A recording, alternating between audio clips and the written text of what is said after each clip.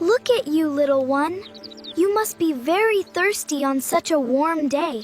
Here, take all the water you need. Look how tiny it is! It is so beautiful and calm in his hands. I hope it flies away safely when it is ready to go. Oh, hello there. I did not expect you to come back with a gift for me today.